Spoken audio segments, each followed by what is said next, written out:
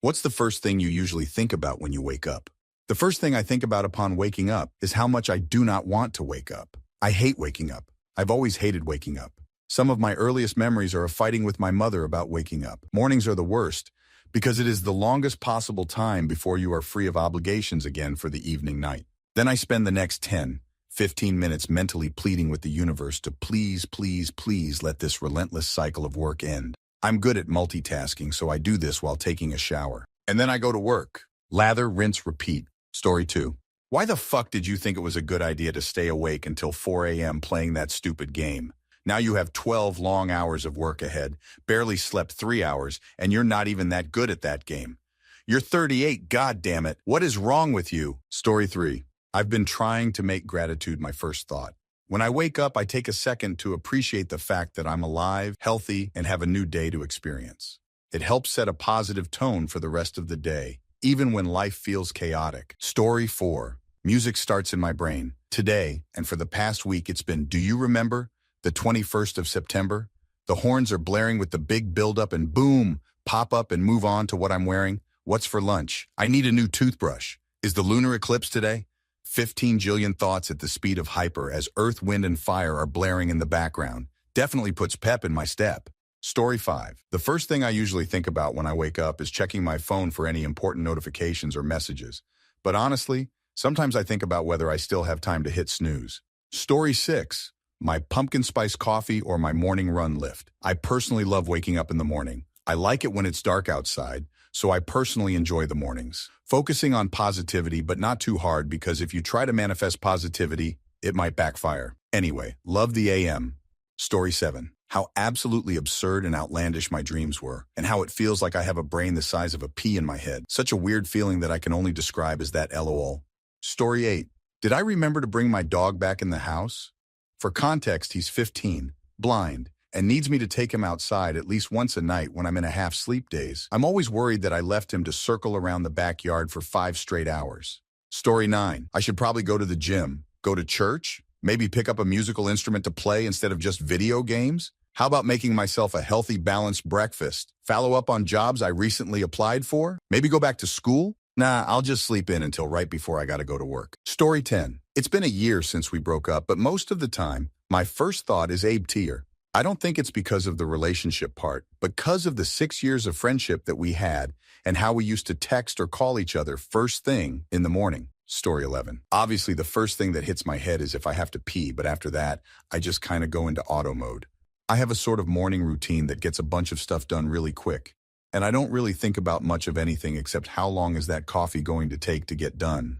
Story 12. Do I really have to go to work today? I used to be a morning person, but not anymore. I don't know if it's my medication or the depression or PTSD, but I do not want to get up in the morning. Last weekend I slept all day Saturday and most of the day Sunday.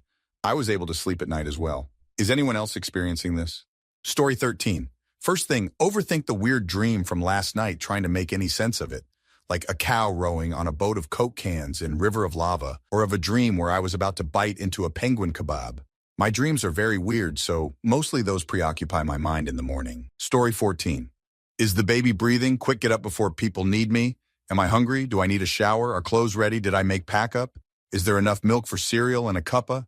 Did I clean the air fryer or has the cat got in it? All of these thoughts come simultaneously. Story 15. First is figuring out if I'm actually awake or if it's a dream loop. Then check my phone to see if I fell asleep after the alarm or if I woke up too early again. Followed by trying to push the limit on how long I can stay in bed until I have to get up to get to work on time. Then in a zombie state, get ready while wishing it was illegal to have to get up before 8 a.m. I usually get up between 5, 6 a.m. Story 16. Sometimes my first thought of the day is completely incoherent because I just woke up from some really weird dream. The rest of the time, it's just general annoyance about having to get up, or annoyance directed at a cat if I was woken by a cat. Story 17. Currently, most mornings, I'm jolted awake with anxiety due to cortisol overload. Menopause sucks. I just have to lie still and tell myself it will pass, and I'll be fine by 8.30 when I start work. So my first thought is more of a mantra I repeat until the cortisol level drops enough for me to go and make a coffee. Story 18. What the did I just dream? Followed by, here we go again. Well, shit doesn't hit the fan if I'm not there to throw it. And topped of with, wifey's still asleep. Let's cuddle for another 15 minutes, sprinkled with the obligatory morning wood. Story 19. Weekdays. OMG, what time is my first meeting? Have I overslept? Am I presenting anything today? Have I done all my work tasks from yesterday? Am I forgetting anything? I swear to God, if they figure out the chaos I operate in daily, they would fire me. Why can't I get my work shit together? Saturday morning. I don't have to work today. Yay, I can do anything I want today. Do I want to go to the pottery studio, take Kima, one of my dogs, kayaking? Ooh, I could go fishing. Or I could go back to sleep. Zzz. Sunday morning. Oh God, tomorrow is Monday. What time is my first meeting? Am I presenting anything tomorrow? Have I done all my work tasks from last week? What even happened last week? I can hardly remember it existing. Am I forgetting anything? I must be forgetting something. I swear to God, if they figure out the chaos I operate in daily, they would fire me. Why can't I get my work shit together? And it should be noted, I actually enjoy and like my job. I am just a stressed out ball of ADHD-driven anxiety. Story 20. After seeing how unhappy my parents' lives were, I vowed that I didn't care if I had to live in a cave and eat berries. I would not exchange my lifespan for work and money. And somehow it just worked out that I didn't have to. All of my life, my first thought has been wondering what the weather is. Story 21. Whatever my dream was about, I lay there in disbelief for at least 10-15 minutes unless I'm sharing a bed with someone who can keep me calm. I almost always have nightmares/terrors. The only way to avoid them is to lucid dream. And when I do that, I either dream I'm flying, fighting, or I talk to people I currently have issues with in my life. Either way, when I wake up and go straight back into reality, it's a total mindfuck. Every time.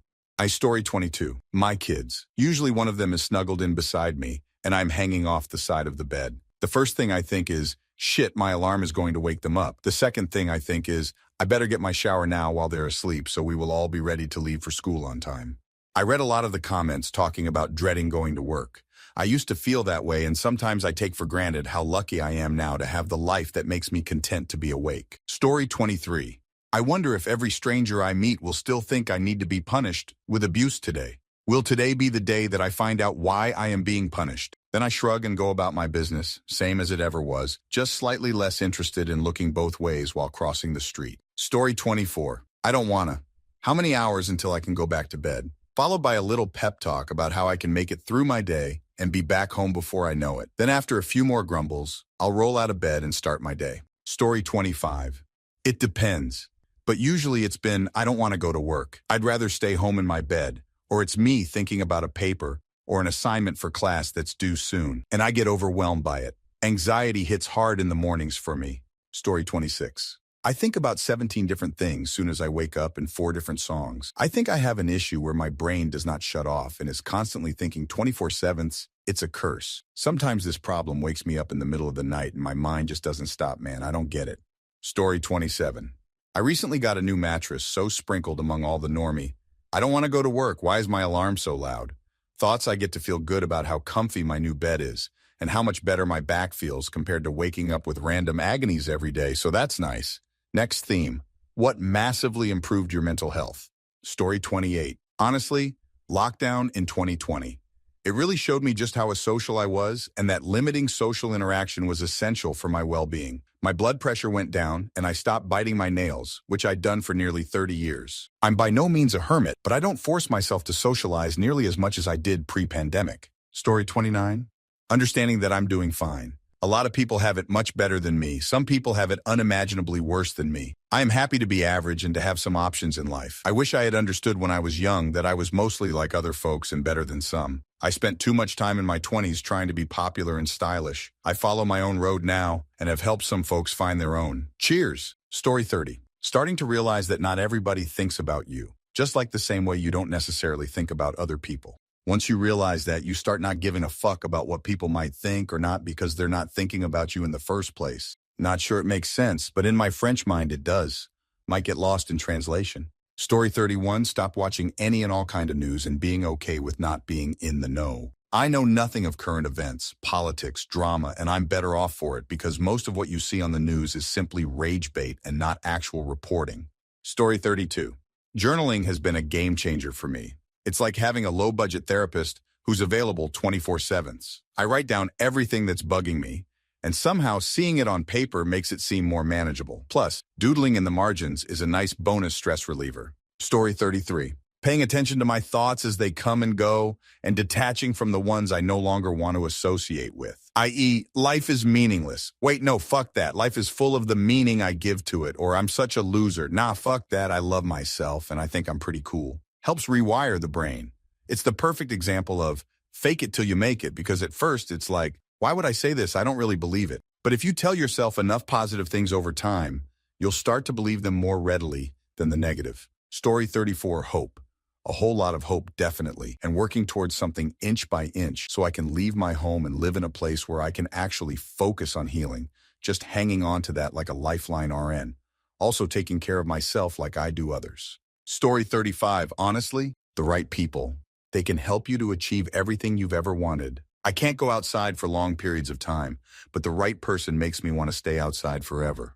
When I'm not in the mood to do things that make me happy, the right request or nudge really pushes me into action, and I never regret it. Doesn't have to be a person either. An animal can be just as effective. My stupid cat made me smile and feel better when I was on the brink of living. My friends drag me out and make me eat stupid food when I've been in my depression cave for months. Just one dumb creature might be the difference. Story 36. Honestly, starting therapy was life-changing for my mental health. Having a safe space to talk through my issues and gain insights from a professional helped me understand myself better and work through deep-rooted challenges. It wasn't an overnight fix, but the progress I've made has been incredible. Story 37. Breaks and good sleep. Make breaks, go to sleep early, and sleep enough. Your efficiency will increase. If your efficiency increases, you have more time for yourself. More time for yourself, hobbies. And with that, your mental health will improve even more. And so on and so on. Oh, and especially nature. Going for a walk in the nature makes me so happy. Story 38. Deciding I was happier alone. I spent virtually every minute of my adult life in a series of serious cohabitation relationships, always trying to put their needs ahead of my own. I had enough. It's just been me and my son for 8 years now. It's honestly great. My family says I'm selfish, like it's my sworn duty to have to pair off and be in a relationship. Already did the marriage thing. No thanks. I love that I can do what I want. When I want. If I have to work 100 hours this week, nobody will complain. My son is grown and works with me. If I want to build a boat out of reclaimed materials, again, nobody to stop me. Nobody blowing up my phone because they woke up from a nap dream where I cheated on them. Just no drama. Story 39. Giving up most of my care about where I'm supposed do be in life, and most of my care about if other people think I'm not doing well enough or whatever. Seems counterintuitive, but caring about life less had made life a little more enjoyable. Also, cut way, way, way back on any kind of arguing, discussing on social media. Story 40. Spending time working on my mind, reading, meditating, gratitude, nature. All the junk our minds consume these days. News, fake news, junk politics, incessant fear of the future, IT, quote, no different from your body consuming junk and getting fat. Your mind is a garden and it will grow what you sow. So spend time in your garden and make good days ahead. Story 41. Changing my way of thinking. This has made the biggest impact by far. I know it sounds cliche, but there's so much truth to it. Instead of thinking negative about the problem, think of how it is positive. Think positive first. At first it feels like work, and then you start to do it automatically. Watch your depression and anxiety disappear. Mix that with lifting weights 4 times per week and walking every day, and you will be a brand new person. Story 42. Eating food. I've got my bag of dysfunction, so I'm prone to anxiety and depression. Without having enough nutrients, the mind gets even more scattered and short-tempered. I'm nowhere near cured from these with a healthier diet, but I'm not ending every work shift in tears either. No eating disorder, just disordered eating. Story 43. Meditation and getting enough sleep have really turned things around for me. Meditation helps me calm my mind and handle stress better. Kind of like hitting a reset button. It's amazing how much clearer and more centered I feel. And making sure I get enough sleep has done wonders for my mood and energy levels. I'm always surprised at how much better I cope with everything when I'm well rested. Story 44. Staying active, eating healthy. I didn't have the best work-life balance, but I did my best to make time for what made me happy. However, I'm all the way in rock bottom again because I'm swallowed whole by financial stress and caring for my mom that is sick from cancer. Hopefully life will get better for me again, but I can't find any energy in me to do things that make me happy anymore. Story 45. Oddly getting old. I say oddly because most people I know 50 plus are fucking miserable and I don't get it. We get a 10, 15-year window between the 50 years it takes to figure shit out and then back to pooping our pants. And people choose getting angry at strangers on social media and watching TV. No thanks. Story 46. Incorporating mindfulness and meditation into my daily routine made a huge difference. Learning to stay present and manage stress through mindfulness practices helped me gain better control over my thoughts and emotions, leading to a noticeable improvement in my mental well-being. Story 47. Learning how to acknowledge all of my feelings is valid, but then thinking about the reason for the feelings. After finding the reason, deciding whether my feelings were based on false information, if there is something I should and can do to address those feelings, and so on. Story 48. Ranting and at the same time having a capacity check, where before I rant, I ask my BF or friends if they have the capacity to listen to my dramas. LOL, same case for me. I get asked if I have too much to handle already, or if they are okay to rant. Story 49. Unironically, Office Space. That movie has some good lessons. I've stopped giving a fuck about a lot of things, not neglecting anything, but I've stopped caring what others think of me. I don't have anxiety over losing my job. I can always find another job. I was at one of the low points in my life when I saw it. Haven't been back there since. Don't plan to. Story 50. Sleep plays a huge factor in where I am at with my mental well-being. Doesn't help I have a 2-year-old. Medication. I tried raw dogging life after being on meds for 5 years and it was terrible. So I've accepted that I'll probably always be on meds. And then, probably the biggest one was changing my mindset. I fell into the hole of the poor me. My life sucks. Why does everything bad happen to me? Zero motivation. To recognizing and taking hold of it, being responsible for my own actions and how it's actually only up to me to change myself and get myself out of the pit. Story 51. Money. I was working for $15/HR at a job I hated, barely able to cover rent, and any car repairs or unexpected bills made just pushed me further and further into depression. I landed an IT job where I started at $19 per hour and went to $25, then $30 per hour within a couple of years. I was able to save money. I was able to pay off my debt. I had hobbies. I started dating again. I wasn't paycheck to paycheck, so I took time off of work. This small change in income completely changed my life. Anytime someone tells money doesn't buy happiness, I feel like punching them for how much of my life was dictated by poverty. Story 52. Quitting my stressful job and changing fields. Didn't even realize how much of my physical mental health was affected by that whole GD career path until I quit. And then every month was a new revelation. Oh, I haven't had a headache in months. Oh, I've never slept so well so regularly. Oh, my prior levels of needed escapism were actually concerning, and so on. Story 53. A congenital heart defect. I was put on a mild sedative to control the A5 that the defect created, and peace. As it turns out, I've lived with a serious anxiety problem my whole life. Lots of impulsive U-burst issues, and it's just gone. It feels like cheating in a lot of ways. Story 54. Exercise. Cannot emphasize enough the physical and mental uplifting effects. Eating right. Either grow your own food or shop the perimeter of the grocery store. Fresh vegetables, fruit, and proteins. Stay away from the interior of the store. It's all processed and loaded with chemicals your body doesn't deal with well. Become the one for yourself. I'm a hopeless romantic and was hoping to meet the one for me. It's a sweet idea, but true emotional strength and maturity is born of being enough for yourself to feel whole. If you also have or find someone who magnifies or compliments you, even better. Gravy, frosting. I went from being a shadow or mimic of those around me. My identity was tied up with who I was with. I wasn't me for myself. When I figured this out, my anxiety and blood pressure dropped. I stopped worrying about what other people thought of me. At times I do feel alone, but never lonely. Never not enough. Game changers for me. Story 55. Finally being diagnosed with an iron deficiency. Depression wasn't the reason I didn't want to get out of bed, or cook or clean or go out. I didn't have the energy to do any of it. 4 years of being prescribed antidepressants before a different doctor found the real problem. Always get your blood work checked. Walking does wonders for my mental health too. Story 56. Do an exercise routine that sucks every day. You will get stronger, healthier, and your mental resilience will go through the roof. Do 100 push-ups or chin-ups or kettlebell swings every day. Whatever you do, 100 is the magic number. Good volume, even for beginners. Once you are able to do them reliably, go up 100 more reps. Just one exercise, that's all you need.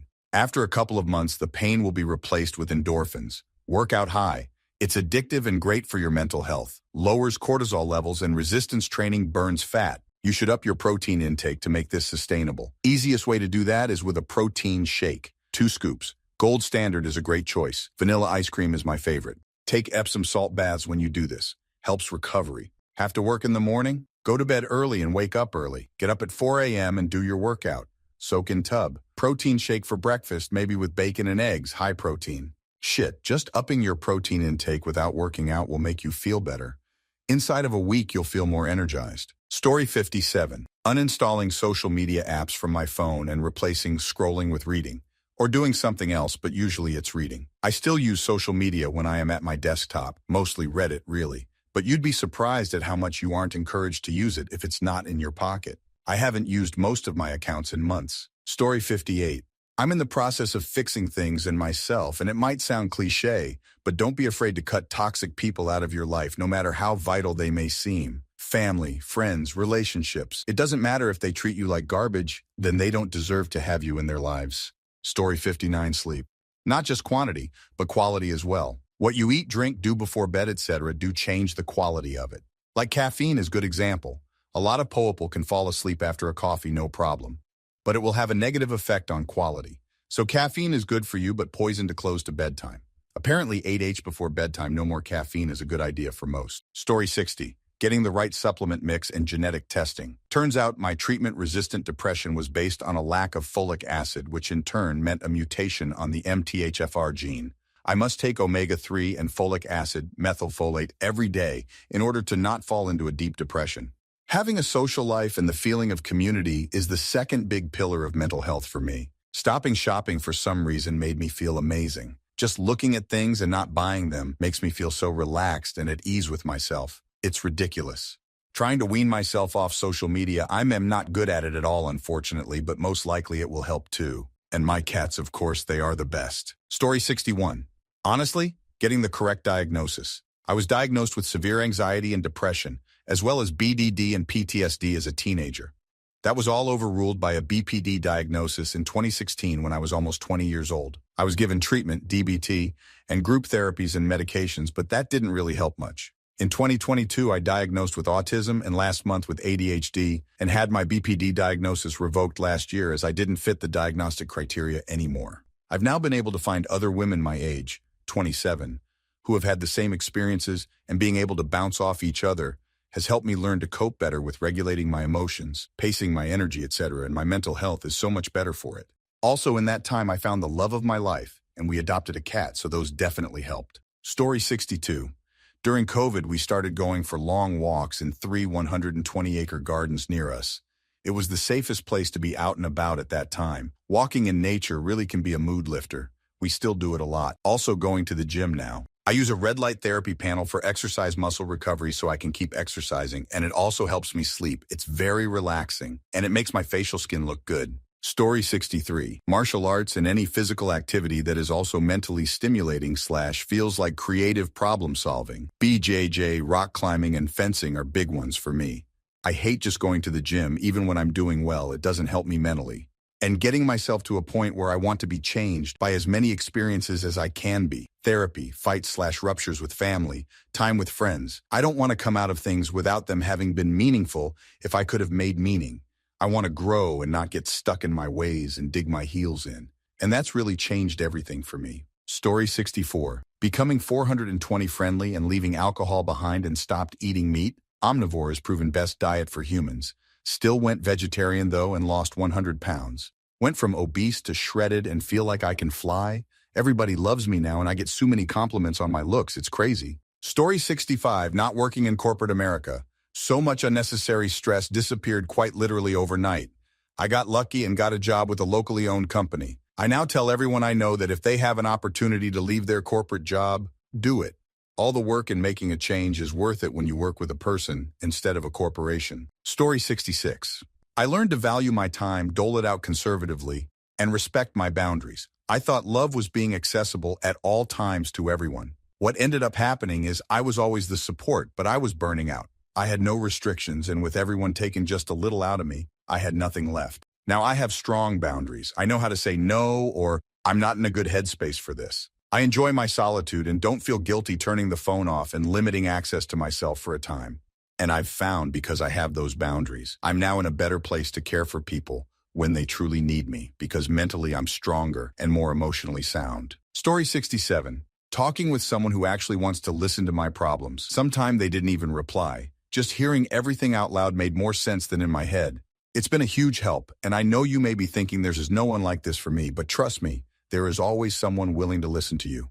Just don't forget to be thankful to them and listen to them as well. Hope you all eventually get out of that deep situation. I love you, and you will always have a stranger from the internet cheering for you.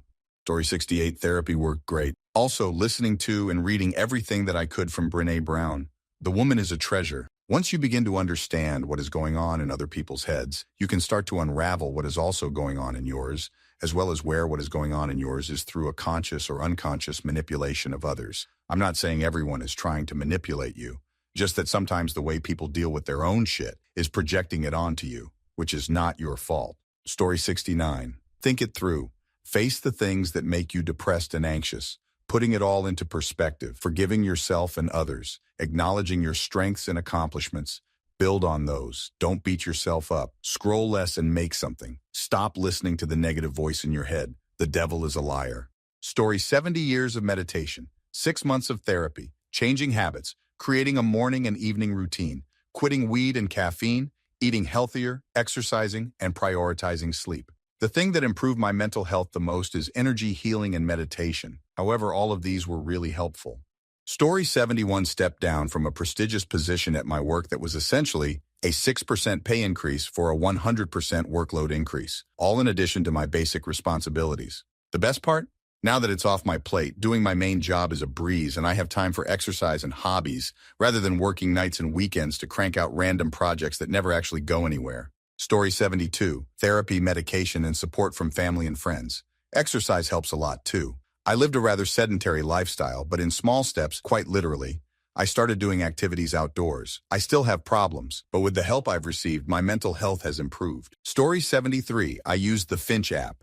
I have daily tasks including take medication, eat breakfast, step outside, listen to music, and do one bit of housework. In the all you nature a cute bird and send him on adventures. The app also has tools for mental health support. For example, it has breathing exercises. Story 74. Honestly, eating well. And by well, I mean well within the means of vegetables and fruits, as well as lean meats. I am recently recovering from having an addiction to bad foods, so to treat my body with absolute care is so important, especially as someone with Crohn's disease. Plus, your gut health is connected to your mental health, so it makes sense. You can still enjoy unhealthy things, but within reason. Can't believe it took me like 25 years of my life to realize this simple concept. I was still and stupid for a while. Story 75. My wife and I going to marriage counseling. We weren't as bad as some, but we had plenty of room for improvement. The worst part about it was kicking myself for not going to counseling 10 years ago. For me, it made everything better. I was having a hard time functioning much at all with the prospect of divorce hanging over my head. Now we're enjoying the best years of our marriage by far, but it's definitely taken both of our efforts. Story 76. I was too busy to develop hobbies and just plop down to watch TV or scroll my phone. I tried one little craft and realized how much I enjoy doing things with my hands. Puzzles, working with clay, embroidery, cards, coloring books, finding out what I like, buying a few modest supplies and treating myself to an enjoyable task or hobby I could easily do like an hour a day was life-changing. Sad, huh? Story 77, getting into the K-pop group Geidel. Before I got into them, I used to get hospitalized for mental issues or evaluated every few months and had really bad mental health. But after getting into the groups, I got hospitalized once for an eating disorder. Story 78. I've never had bad mental health per se, but life for the most part does get humdrum. Deciding to put myself first, to become a better version of me for my loved ones, really helped shake things up. My life is not a roller coaster ride by any means, but it is a lot less humdrum. Story 79. I stopped following the news closely. I used to listen to Up First in the Daily every morning and some other topical show at night, plus a daily summary and often a deep drive during lunch. Now I read the summary and occasional skim. I avoid the political ones unless there's something notable. And I replace podcasts with audiobooks and love it. I'm less informed by a lot, but still enough. And my mental health is so much better. Story 80, job security, housing security, and being paid more. It's amazing how much better you feel when your entire existence is not constantly under threat. I know that this thread, the responses and similar discussions overall come from good intentions, but personally, I'm getting tired of mental health being spoken so much in terms of individual responsibility and finding the right set of little daily rituals that could take the edge off when so much damage is systemic. I understand that one has to help themselves and whatnot, but as a society, We really need to start having a bigger conversation about how damaging to both society and the individual everything about late-stage capitalism is. How is one supposed to be mentally healthy if they're under constant threat of eviction by their landlord, if their rent/insurance/bills/expenses are constantly going up, but their paycheck isn't, and has stagnated over an entire decade? If they're on a 0-hour contract or a subcontractor or work in a right-to-work state, or their job is under constant threat of outsourcing, if they have to work so long and so much time of their days is eaten by commute that they can't find for friends and hobbies, if they can't afford to travel or just stop the rat race for long enough to feel human, a brisk walk or meditation is really not the answer to that. Story 81. Cutting off relationships that were abusive and couldn't change, learning to have boundaries, starting to enjoy my own company and time alone by walking and journaling, getting into therapy, getting the correct diagnosis, taking clomipramine, working through EMDR therapy, yoga, getting enough sleep, surrounding myself with people who call out my strengths and stalk around when I'm down. Story 82. Got rid of my smartwatch for a nice mechanical watch and deleted all of my social media. Now when I go outside to smoke or just want to get up for a bit, there's no tech. Sometimes it's just nice to listen to the wind blow through the leaves. Edit grammar. Story 83. After a hospital stay in an adult psychiatry ward that did DBT, dialectical behavior treatment, and had improvement, I was admitted to an intensive, partial hospitalization outpatient DBT program for about 6 months. 3 years ago, and it was a game changer after years of trying so many other things. Story 84. Leaving my father's house, leaving his and all religion, and then leaving the military, in that chronological order. There's a lot to be said for the value of having structure and discipline in one's life, but it's also possible to have too much of a good thing. Learning why and how to pull the stick out of my own ass has been a journey, let me tell you, but it has paid dividends. The last lesson I'm still working on is how to be less judgmental, but that's also the most difficult one to achieve because it's so effective as a means of keeping my life free of unwanted drama. Story 85. I can independently handle things now without depending too much on my doctor. Checkups are rare, more calm. I am more firm to reject what is bad for my bodies and health. I don't seek validation because of being educated and after analyzing my experience in the past. Strengthening my spirituality as a Catholic played so much in healing. It's not perfect. I'm still encountering some down moments, but still, it's real progress for me. Story 86. Sleep. I dealt insomnia for about 2.5 years, and it absolutely wrecked me. My yearly AVG for sleep was just over 3 HRS a night. Long story short, got tested, and it turns out I needed a CPAP machine. Some 6 months later, I'm finally hitting 8 HRS or more a night. I got my life and brain back. Consistent lack of sleep made for a very cognitively diminished man. Story 87. I stopped watching true crime videos / shows. I used to be like, nah, this shit doesn't bother me, but I think it was deep down. I've been sleeping much better since I stopped watching those type of videos before going to bed. I now only watch them when my headspace is okay enough. Story 88. I've been on antidepressants for years now, and I have found that the times I'm at my best are when I manage to follow a solid routine and wake up before the world gets busy. One of my best early morning activities is cold water swimming in the ocean and watching the sunrise. It's a moment of pure mindfulness and body awareness. Also, a rather new development for me. I switched from the pill to a copper IUD about 3 months ago. The change in hormones has been a lifesaver for me. I've actually stopped taking antidepressants and I'm starting to feel like myself again.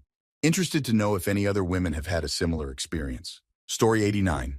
Decision to stop offering unsolicited advice, help to people. Knowing self-worth and not wasting my time, skill, efforts on people who don't deserve it. These people often exhibit zero gratitude and take you for granted or even ridicule you. Often they don't like your suggestions / truth, but they only wanted to hear what they want to hear. Let them make mistakes and learn. Don't interrupt the flow. Story 90. Not caring about work as much. It used to be my identity before the pandemic, but I realized, after the world slowed down, it doesn't mean anything. I just do enough to get noticed, not fired, and that's all. Life and my mental health are way better. Story 91. I gave up a shift at work. I'm union full-time to go down to 4 days. I now am never more than 2 days away from a day off. My sleep has improved, my disposition has improved, and I'm really not losing any money because I am more productive when I am at work. Story 92. Keeping myself productive, not having a lot of idle time. If I'm not working, I make sure I get some sunshine and fresh air. Walking or running are nice ways to naturally cure brain fog or negative feelings. Surround yourself with people who love you unconditionally. If possible, stay away from people who are critical of you. Lastly, reading and listening to music are cheap ways to uplift your spirit. I do believe that reading reframes your brain. Regardless, mental health is something that needs to be taken care of in a continuous basis. Strive to maintain good habits to keep your mental health in shape. Story 93. Deep. Clean your house every day. Take walks in the evening, and when you start feeling better, take up a hobby. Cleaning your house helps to declutter your mind, and taking walks helps with physical tiredness. Your brain needs sleep. A proper sleep is cure to most things. Story 94. Moving near nature into a more quiet setting. Move from an expensive area of town to a lower cost of living area 25 minutes outside of town near nature. We doubled our square footage, have a ton of south-facing windows with bright natural light all day, backing to green space and a forest with hiking trails. It's quiet enough at night to sleep with the windows open, and I hear birdsong every morning. I've had anxiety and depression my entire life, and moving has instantly helped to a degree nothing else could. Story 95. A big turning point for me happened about 20 years ago when I read a book titled No More Mr. Nice Guy. It showed me how my trying to be the nice guy was really setting myself up to have unrealistic expectations in relationships and be passive-aggressive. Not for everyone, but it was for me. Story 96. Food. Eating real whole food. That means meat and fish, eggs, cheese and veggies, fruit, and water. Everything else that has some extra degree of processing is off.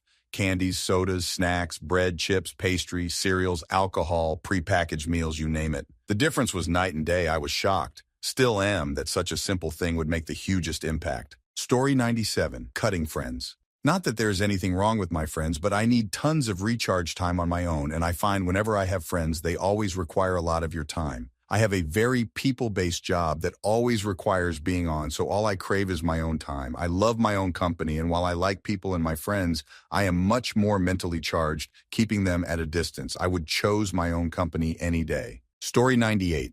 Go offline. I've been working remotely for 3 years. Initially, it was enjoyable, but over time, I noticed a decline in my productivity, mental health, physical condition, and work-life balance. Surprisingly, returning to the office has allowed me to spend more time with my family, even though it seems counterintuitive. Story 99. Deleting social media. Started as a 1-week detox after seeing my screen time at embarrassing amounts, but grew into a new lifestyle. 1 week turned into 5, and I'm more productive at work, spend more time with my wife, and generally feel less anxious and stressed overall. It's also helped with compulsive spending habits. Highly recommend it, even just for a week or two. Story 100. Having plans but going with the flow. Romanticizing mundane parts of my day like cooking or doing the dishes. I've made them more enjoyable in turn, feeling much happier and actually motivated to do them. My favorite thing to do, though, is notice the glimmers, the small moments that make me smile or feel good to be alive. All the best to you. Story 101. Unironically, Office Space. That movie has some good lessons. I've stopped giving a fuck about a lot of things, not neglecting anything, but I've stopped caring what others think of me. I don't have anxiety over losing my job. I can always find another job. I was at one of the low points in my life when I saw it. Haven't been back there since. Don't plan to. Story 102. Stopping to breathe when I'm feeling overwhelmed or overstimulated, etc. Whatever the problem, it can wait a moment. Standing up for myself, speaking up, gave me confidence and no more kicking myself later because I didn't assert myself. Story 103. If it takes less than 5 minutes, just do it. I would avoid everything until it was a mountain. Then I started putting in 5 minutes of effort, and I found I could usually keep going if I started. Kept pushing myself and realized everything wasn't as overwhelming as I thought. But if I truly only had 5 minutes in me, I had accomplished what I set out to do, and I didn't get down on myself. Then I made the hardest chores, cleaning, something I look forward to, because of how I felt after I had accomplished something. Kept focusing on how good it felt to be in a clean space.